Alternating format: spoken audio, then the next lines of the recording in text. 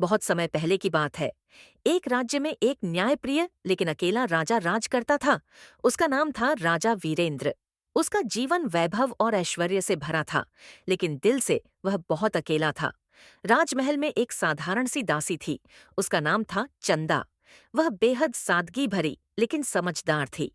राजा कभी कभी महल में उसे फूल सजाते या दिए जलाते देखता और धीरे धीरे उसकी सादगी और समर्पण से प्रभावित होने लगा।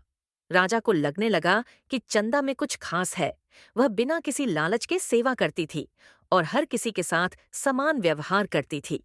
एक दिन राजा ने चुपके से चंदा की दिनचर्या को देखने का निर्णय लिया। वह साधारण लोगों की मदद करती, बीमारों के लिए औषधियां ले जाती और हमेशा मुस्कुराकर काम करती। राजा ने एक योजना बनाई। वह भेष बदलकर आम आदमी की तरह चंदा से मिलने गया। उसने बीमार बनकर मदद मांगी और चंदा ने बिना कोई सवाल किए उसकी सेवा की। उस रात राजा ने पहली बार सच्चा सुकून महसूस किया। अगले दिन उसने चंदा को महल के बगीचे में बुलाया और सच्चाई बताई कि वह ही राजा है। चंदा चौंकी, लेकिन घमंड नहीं किया। उसने कहा, महाराज, मैं तो बस अपना कर्तव्य निभा रही थी।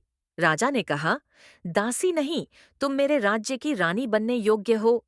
लेकिन चंदा ने विनम्रता से कहा, मैं रानी बनने की इच्छा नहीं रखती।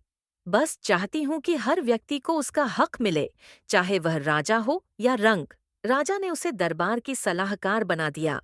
चंदा ने न केवल महिलाओं के लिए काम किया, बल्कि गरीबों के लिए भी योजनाएं बनाई। समय बीतता गया और चंदा का नाम पूरे राज्य में सम्मान से लिया जाने लगा। राजा और चंदा ने मिलकर राज्य को इतना न्यायपूर्ण बना दिया कि अन्य राज्य भी उदाहरण देने लगे। यह कहानी हमें सिखाती है कि असली महानता पद में नहीं, सोच और कर्म में होती है।